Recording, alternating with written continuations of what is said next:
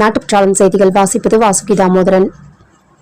ஒரு துறையில் ரூபாய் 2300 கோடி ஊழல் என்றால் தமிழகம் என்ன நிலையில் உள்ளது என்றும் கேள்வி.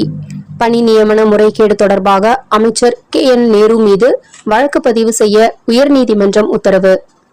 தலைமை தேர்தல் ஆணையர் தமிழ்நாடு வருகிறார். பிப்ரவரி 26, 27 தமிழ்நாடு வருகை தர உள்ளார். இந்திய தலைமை தேர்தல் ஆணையர் ஞானேஷ்குமார். தமிழ்நாட்டில் தேர்தல் தேதி அறிவிக்கப்பட உள்ள நிலையில் அனைத்து கட்சி நிர்வாகிகளுடன் ஆலோசனை நடத்த உள்ளதாக தகவல்.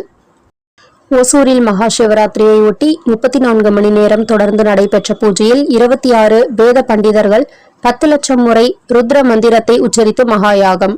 உலகிலேயே மிக நீண்ட நேரம் மந்திர உச்சாடனம் செய்து கின்னஸ் சாதனை. இந்தியாவிலேயே சட்டம் ஒழுங்கு மற்றும் பெண்களுக்கு பாதுகாப்பான மாநிலம் தமிழ்நாடுதான் என சட்டப்பேரவையில் அமைச்சர் ரகுபதி பேச்சு. அமெரிக்க அதிபர் டிரம்ப் உலகளாவிய மற்ற நாடுகளின் மீது விதித்த வரி ரத்து. அமெரிக்க உச்சநீதிமன்றத்தின் தீர்ப்பு துரதிர்ஷ்டவசமானது என அமெரிக்க அதிபர் டிரம்ப் ஆதங்கம். இஷ்டம் போல் வரி விதிக்க அதிகாரமில்லை என டிரம்புக்கு அமெரிக்க உச்சநீதிமன்றம் அதிரடியாக ரத்து செய்தது.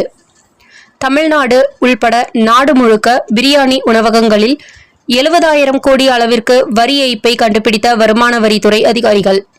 1,77,000 உணவகங்களின் மென்பொருள் தரவுகளை AI மூலம் ஆராய்ந்து கண்டறிந்துள்ளதாக தகவல். மேட்டுப்பாளையம் அரசு கலை மற்றும் அறிவியல் கல்லூரியில் 11 வகுப்பறைகள் கட்ட கட்டிடம் அடிக்கல் நாட்டு விழா. தமிழ்நாடு அரசு உயர்கல்வித்துறையின் பெருந்தலைவர் காமராஜர் திட்டத்தின் கீழ் 4,72,50,000 மதிப்பீட்டில் கட்ட அடிக்கல் நாட்டு விழா இன்று காலை சிறப்பாக நடைபெற்றது. தமிழக முதலமைச்சர் MK ஸ்டாலின் அவர்கள் காணொலி காட்சி வாயிலாக அடிக்கல் நாட்டி சிறப்பித்தார். மாதம் தவறாமல் வெளிவரும் நாட்டுப்பற்றாளன் பத்திரிகையின் செய்தியாளராக பணிபுரிய விருப்பமுள்ளவர்கள் கீழே உள்ள நிர்வாக அலைபேசி எண்களில் தொடர்பு கொள்ளலாம். 7904478915 மற்றொரு எண் 9944341033. நாட்டுப்பற்றாளன் யூடியூப் சேனலில் விளம்பரம் செய்து பயன்பெறுங்கள்.